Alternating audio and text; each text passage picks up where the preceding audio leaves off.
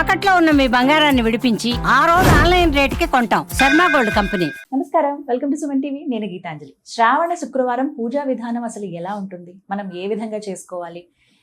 మొదటి వారం కావచ్చు, రెండో వారం కావచ్చు, మనం ముందుగానే వ్రతం ఆచరించుకోవచ్చా? ఎందుకంటే ఈసారి ప్రత్యేకంగా 3వ శుక్రవారం వరలక్ష్మి వ్రతాన్ని ఆచరించమని ఉంది, అంటే పౌర్ణమికి ముందుగా వచ్చింది కాబట్టి.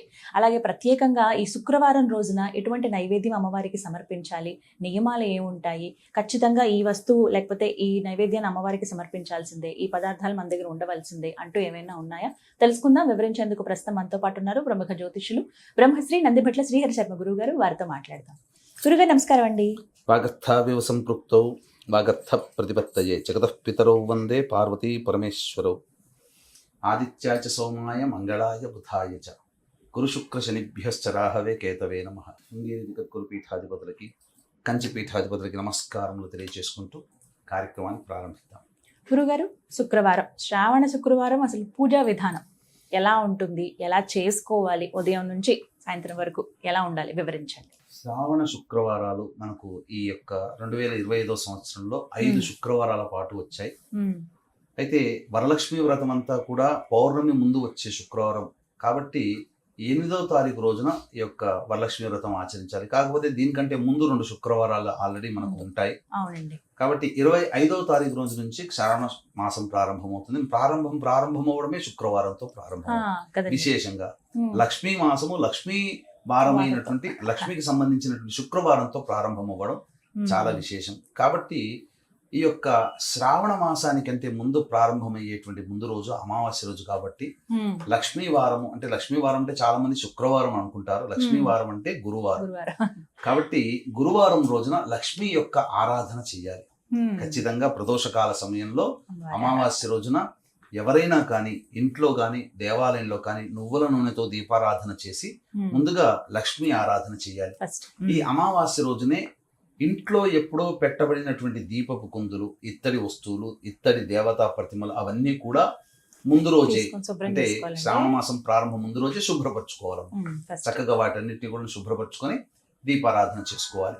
తదనంతరం ఇక శుక్రవారం ప్రారంభమవుతుంది కాబట్టి చక్కగా ఇల్లంతా కూడాను బూజు దులుపుకొని ఎత్ర శుచి తత్ర దేవతాః. లక్ష్మీ అమ్మవారు ఎలా ఉంటుంది అంటే చంచలమైనటువంటిది. చంచలాయై నమః. ఒక చోట స్థిరంగా ఉండదు. ఇక అంత గొప్పగా ఉంటేనే స్థిరంగా ఉండనటువంటి అమ్మవారి ఇంట్లో దుమ్ము ధూళితో ఉంటే ఎలా ఉంటుంది? రాదు. కాబట్టి ఇల్లంతా కూడాను శుభ్రపరచుకోవాలి, అందులో సందేహం లేదు. తదనంతరం చక్కగా ఉదయం కాలము, సాయంకాలము మొత్తం కూడా నిత్య దీపారాధన చేసుకోవాలి. తులసి చెట్టు దగ్గర దీపారాధన చేసుకోవడం, అలాగే ఇంట్లో కూడా దీపారాధన చేసుకొని స్నానం ఆచరించగానే ఇక ఖచ్చితంగా పూజ చేసినా చెయ్యకపోయినా ఖచ్చితంగా ధూపం అనేటువంటిది ఇంట్లో ఉండాలి. అందుకే ఇల్లంతా సువాసన భరితంగా ఉండాలి అని అంటే సాంబ్రాణి కానీ, అలాగే ఈ సంబంధించినటువంటి గుగ్గిలం కానీ, మైషాచితో కానీ ఇల్లంతా ధూపం వేసుకోవాలి. చాలా విశేషంగా అగరవత్తులతో కూడా ఇల్లంతా కూడా ధూపం పెట్టుకోవచ్చు. చక్కగా సుగంధ భరితంగా ఇంట్లోకి రాగానే ఒక సమ్మోహనం అనేటువంటిది కలగాలి ఎటువంటి వారికైనా. ఇక ముఖ్యంగా ఈ యొక్క శ్రావణ మాసం అంతా కూడా దానాది కార్యక్రమాలు చేసుకోవాలి. ఎందుకంటే చాలా మంది భక్తి అనేటువంటిది మనకు సరిగ్గా ఆచరించకపోవడం వల్ల అజ్ఞానంతో నది స్నానానికి వెళతారు. నది స్నానం చేయకూడదు, అస్సలు చేయకూడదు. నీళ్లు చల్లుకోవాలి. అందుకనే వ్రతాలకి నియమాలు పెట్టబడి ఉంది. మాఘమాసంలో స్నానం ఆచరించమంది, నది స్నానం. కానీ శ్రావణ మాసంలో ఎందుకనంటే వర్షపు వరదలు ఎక్కువగా ఉంటాయి, అందుకనే నదుల జోలికి వెళ్ళకూడదు. అందుకని నీళ్లు చల్లుకుంటే చాలు. చాలా మంది తెలియక ప్రతిరోజు ఎక్కడ నది పడితే శ్రావణ మాసంలో తీర్థయాత్రలకు వెళతారు, నది స్నానం చేస్తారు. చేయకూడదు, నీళ్లు చల్లుకోవాలి. ఇక నియమాలు, వ్రతాది నియమాలు అనేటువంటివి ఉండాలి. ఇక అన్నిటికంటే సూపోదానము అని అంటారు. అంటే ఇక్కడ ఏంటనంటే ఈ సంబంధించినటువంటి ధాన్యములు ఏవైతే ఉంటాయో, ధాన్యములు అన్నప్పుడు శనగలు, కందులు, పెసళ్ళు, అలాగే మినుములు, ఇవన్నీ కూడా దానములు కదా, ధాన్యములు కదా. ఇందులో పెసరపప్పుతో చేసినటువంటి నైవేద్యము కానీ, పెసరపప్పుతో చేసినటువంటి తీపి పదార్థము అనగా పాయసము లక్ష్మీ అమ్మవారికి చాలా ప్రీతికరం. అందులో చెప్పబడి ఉందమ్మా, శాస్త్రంలో చెప్పబడి ఉంది. కాబట్టి ప్రతి శుక్రవారం రోజున పెసరపప్పుతో చేసిన బెల్లం పాయసం అమ్మవారికి నైవేద్యంగా పెడితే చాలా విశేషం. అందుకనే ధాన్యంలోకి వెళ్ళే పెసరపప్పు అనేటువంటిది చాలా విశేషం, స్పష్టంగా శనగపప్పు. చెప్తారు. కాబట్టి చక్కగా నానబెట్టినటువంటి శనగల్ని, ఉడికించినటువంటి శనగల్ని నైవేద్యంగా పెట్టి అందరికీ పంచవచ్చు. ఇది శనగలు, చేయమని శాస్త్రం. అవును. అందులో చాలా మంది వ్రతాలు చేసేటప్పుడు నానబెట్టినటువంటి కొమ్ము శనగలు, హైబ్రిడ్ శనగలు నానబెడతారు, తప్పు. కొమ్ము శనగలు అని చిన్నవిగా ఉంటాయి, బ్రౌన్ కలర్ లో మనకు బ్రౌన్ అందుబాటులో. కలర్, అవి మాత్రమే నానబెట్టి ఇయ్యాలమ్మా. ఇవన్నీ కూడా దానం ఇస్తూ రంభాఫలము అంటే అరటి పండ్లని ఎవరికైతే దానం చేస్తారో చాలా విశేషం, చాలా విశేషము. ముఖ్యంగా ఈ యొక్క శుక్రవారాలు అనేటువంటివి, వీటితో పాటుగా శ్రావణ మంగళ గౌరి లక్ష్మీ అమ్మవారికి సంబంధించి శుక్రవారం అయితే, మంగళవారాలకు సంబంధించినటువంటిది లక్ష్మీ గౌరీ అమ్మవారు. కాబట్టి శ్రావణ మంగళవారాలు చేసుకోవడం, శ్రావణ గురువారాలు, శ్రావణ శనివారాలు, శ్రావణ శుక్రవారాలు, శ్రావణ ఆదివారాలు, శ్రావణ సోమవారాలు, ఇవన్నీ విశేషమే, గొప్పదే. కాబట్టి చక్కగా చేసుకోవడం. ఇక ప్రతి శుక్రవారం రోజున లక్ష్మీ అమ్మవారి ఆరాధన చేసుకోవాలండి. అయితే వరలక్ష్మి వ్రతం మాత్రం చేయకూడదమ్మా. మొదటి 2 శుక్రవారాలు చేయొద్దండి, అసలు చేయకూడదు.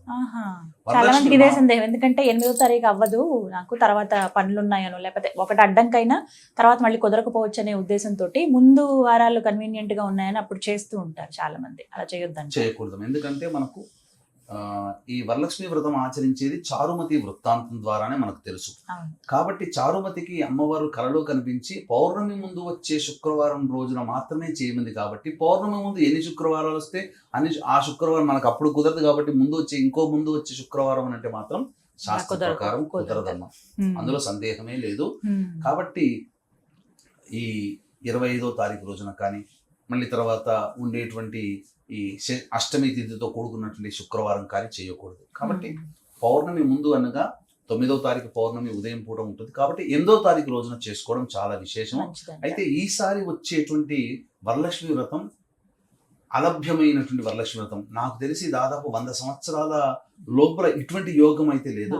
దీని గురించి క్లారిటీ నేను ఒకసారి మొత్తం పంచాంగం అంతా తిరగేసి ఖచ్చితంగా ముందు నేను ఖచ్చితంగా క్లారిటీ ఇస్తాను. నా అనుభవపూర్వకం అయితే మాత్రం దాదాపు 100 సంవత్సరాల వరకు ఇటువంటి యోగ్యత అయితే కనబడలేదు మా. ఎందుకనంటే శ్రావణ మాసం అంటేనే విష్ణువుకు సంబంధించింది. కాబట్టి విష్ణు జన్మ నక్షత్రం శ్రవణ నక్షత్రం.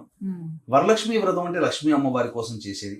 పౌర్ణమి అంటే షోడశ కళలతో కూడుకున్నటువంటి లక్ష్మీ అమ్మవారు, లలిత అమ్మవారు.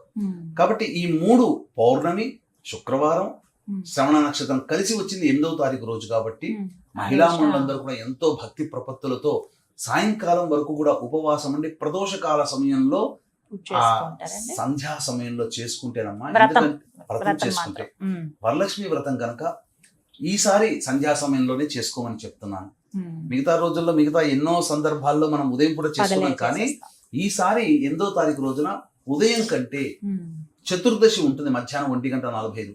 చతుర్దశితో కూడుకున్నటువంటి వరలక్ష్మి వ్రతం కంటే పౌర్ణమితో తిథితో కూడుకుని శ్రవణ నక్షత్రంతో కూడుకున్నటువంటి ఈ యొక్క వరలక్ష్మి వ్రతం చేసుకోవడం మాత్రం అత్యంత ఫలదాయకంగా చెప్పబడింది, శుభమైనటువంటిది. అలాగే చివరిగా గురుగారు కొన్ని సందేహాలండి. ఈ శుక్రవారం రోజున చేసేటప్పుడు అమ్మవారి ఫోటో కొంతమంది ఈ మాసంలో తెచ్చి పెట్టుకుందాం అనుకుంటున్నామండి పూజా మందిరంలో, గతంలో అది పాడైపోయింది అనుకున్న వాళ్ళు, ఎలాంటి లక్ష్మీ అమ్మవారి ఫోటో ఇంట్లో ఉంటే మంచిది పూజా మందిరంలో? ఇక్కడ లక్ష్మీ అమ్మవారికి సంబంధించి ఉండేటప్పుడు చాలా మంది చేస్తున్నటువంటి ఒక చిన్న మిస్టేక్ ఏంటంటే కేవలం లక్ష్మీ అమ్మవారిని మాత్రమే పూజిస్తున్నారు. కాదు, నారాయణుని కూడా పూజించాలి. అనగా విష్ణు భగవాన్ని కూడా పూజించి అప్పుడు లక్ష్మీ అమ్మవారి ఆరాధన చేయండి, సంపూర్ణమైనటువంటి లక్ష్మీ అనుగ్రహం కలుగుతుంది. ఇక చిత్రపటంలోకి అయితే అమ్మవారు చెంచలాయై నమః అంటే గొప్పగా ఏదో రవివర్మ పెయింటింగ్ గీసాడనో, ఏదో మార్కెట్లో దొరికినన్ని అమ్మవారు ఇలా నడుస్తూ ఉన్నటువంటిది, పాదం పెడుతున్నటువంటి ఫోటోలు ఇలాంటి పెడతారో అలాంటివి పిచ్చి పిచ్చి ఫోటోలు పెట్టుకోకండి. అమ్మవారు పద్మాసనే పద్మస్థితే పద్మాలయే అన్నట్టుగా అమ్మవారు పద్మం మీద కూర్చుని ఉండి ధనరాశిని కురిపిస్తున్నట్టుగా ఉండి, నవ్వుతూ ఉండి, చతుర్భుజాలతో కూడుకుని ఉండి, వెనక గజములు ఆనందోత్సాహంతో తొండము ఎత్తి ఉన్నటువంటి సందర్భంగా ఉండి అటువంటి అమ్మవారి చిత్రపటాన్ని పెట్టుకోండి, తప్పకుండా మీకు కలిసి వస్తుంది. ఇంకా విశేషమైతే నారాయణుడి యొక్క హృదయంలో కానీ, వెంకటేశ్వర స్వామి హృదయంలో లక్ష్మీ అమ్మవారి ఉండి ఈ విధమైనటువంటి కూర్చొని ఉన్నటువంటి పద్మాసనంలో పద్మము మీద కూర్చున్నటువంటి అమ్మవారినే మీరు తెచ్చిపెట్టుకుంటే ఇంకా విశేషం. లక్ష్మీ అమ్మవారి పూజ చేసేటప్పుడు ఏకకాలంలో లక్ష్మీనారాయణ యొక్క ఆరాధన చేసిన ఫలితం దక్కుతుంది. ఏ రంగు విశేషం అండి అమ్మవారికి? లక్ష్మీ అమ్మవారికి ఎరుపు వర్ణము ఎరుపు. మరియు ఈ సంబంధించినటువంటి పచ్చ, ఆకుపచ్చ చాలా విశేషమైనటువంటి. కాబట్టి అంటే ఇంకా చెప్పుకుంటే ఏదో మూఢత్వం, ఇంకా అజ్ఞానంలోకి అంటున్నామని అనుకుంటుంటారు. కానీ వాస్తవానికి ఏ దేవతని మనం ఉపాసన చేస్తామో ఆ దేవత వస్త్రాన్ని ఆసనంగా చేసుకోమని శాస్త్రం చెప్పబడి ఉంది. కాళికా అమ్మవారికి పూజ చేసేటప్పుడు నలుపు వస్త్రం ఆసనంగా వేసుకోవాలి. అలాగే బగలాముఖి అమ్మవారికి పూజ చేసేటప్పుడు పసుపు రంగు వస్త్రము, పసుపు మాలతో చేయమని మరి ఇవన్నీ చెప్పబడి ఉన్నాయి. ఇప్పుడు మనం చెబితే ఇంకా అతిశయోక్తి అని అనుకుంటారేమో, ఈ రంగు వస్త్రంతో అంటే తప్పేమీ లేదు. ఇప్పుడు ఏ అమ్మవారిని ఏ దేవుని పూజించేటప్పుడు చక్కగా ఆ వస్త్రాన్ని ధరించమని. ఇప్పుడు ఈ అయ్యప్ప స్వామిది అన్నప్పుడు మరి నలుపు వర్ణం వేసుకొని పూజ చేయమని చెప్తున్నారు, అది యాక్సెప్ట్ చేశారు కదా. అందరూ నలుపు వర్ణం వేసుకునే చేస్తున్నారు కదా. భవానీ మాల అన్నప్పుడు ఎరుపు వర్ణం వేసుకోవాలన్నారు. లక్ష్మీ అమ్మవారి పూజ చేసేటప్పుడు లక్ష్మీ అమ్మవారికి ఇష్టమైన ఎరుపు వర్ణం చీర కట్టుకుంటే, ఎరుపు వర్ణం గాజులు, మట్టి గాజులు వేసుకుని చక్కగా, లేదా ఆకుపచ్చ రంగు చీర కట్టుకుని చేస్తే తప్పేంటి? ఇది నేను కొన్ని వీడియోలో చూసానమ్మా. ఇలా వేస్తే ఇంకా మేము మూడల్లో పంపిస్తున్నారు, ఎవడు చెప్పాడు, ఏ చీర పెట్టుకోమన్నారు, ఇదా శాస్త్రంలో చెప్పబడింది అని అంటారు. మరి అట్లా విమర్శించే వాళ్ళు అయ్యప్ప స్వామి మాల వేసేవాళ్ళని, భవానీ మాల వేసేవాడిని ఎందుకు విమర్శించరు? అది నియమమైనప్పుడు ఇది ఎందుకు కాకూడదు? నియమంగానే చేసుకుంటున్నారు కదా. చక్కగా సువాసులుగా చేసుకున్నటువంటి పూజ కాబట్టి నిండుగా గాజులు ఏదో ఒకటి రెండు అక్కడ అక్కడ కనబడకుండా ప్లాస్టిక్ పిచ్చి గాజులు కాకుండా మట్టి గాజులు వేసుకొని చక్కగా చేసుకొని నియమ ప్రకారం చేసుకొని ఉంటే ఆ ఇంట్లో ఆ ఇంటి ఇల్లాలతోనే సిరి వస్తుంది. అది మాత్రం చెప్పవచ్చు. ఈ విధంగా చేయాలంట. అందుకనే సుమన్ టీవీ యాజమాన్యంతో కలిసి చక్కగా ఒక అద్భుతమైనటువంటి కార్యక్రమం మీ ముందుకు వస్తుంది. అతి త్వరలో 1వ తారీఖు తర్వాత వీడియో రిలీజ్ చేయడం జరుగుతుంది. అందులో 16 లక్ష్మీ దేవతల యొక్క అద్భుతమైనటువంటి వర్ణనతో కూడుకున్నటువంటి ఆవాహన, మీరు ఇంతవరకు కని విని ఎరగనటువంటి అద్భుతమైనటువంటి అమ్మవారి విశేష కీర్తితో ఈ అమ్మవారి పూజ చేయడం జరుగుతుంది.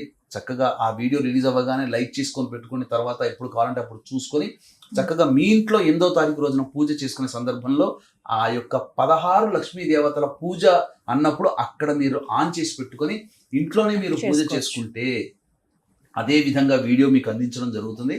అద్భుతం, ఇంక అందులో సందేహమే లేదు. ఇక అమ్మవారిని మీరు ఈ సంవత్సరం చేసుకుంటారు. వీక్షించేటువంటి మహిళా ప్రేక్షకులు ఎంత గొప్పగా చేసుకున్నాను, ఎంత అద్భుతంగా చేసుకున్నాను, ఎన్నడూ నేను చేసుకోలేదు అనే భావన మీకు కలుగుతుంది. వెయిట్ చేయండి, వీడియో కోసం తప్పకుండా అతి త్వరలో మీకు అందించడం జరుగుతుంది.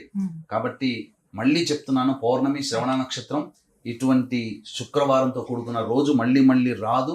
సాయంకాలమే చేసుకొని దీన్ని దృష్టిలో పెట్టుకుని మన పీఠం ఆధ్వర్యంలో ఇంతటి మహత్యమైనటువంటి మహిమాన్వితమైనటువంటి శ్రవణ నక్షత్రం శుక్రవారం పౌర్ణమి తిథితో కలిసినటువంటి రోజున షోడశ లక్ష్మీ దేవతల యొక్క హోమాది కార్యక్రమాలు చేయడం, మీ గోతనామాలతో జపించడం జరుగుతుంది. ఇందులో పాల్గొన్నటువంటి ప్రతి వారికి కనుక గోతనామాలు నమోదు చేసుకున్నటువంటి వారికి అందరికీ కూడా తామరమాల, లక్ష్మీ అమ్మవారికి సంబంధించినటువంటి తామరమాల మీకు అందివ్వడం జరుగుతుంది.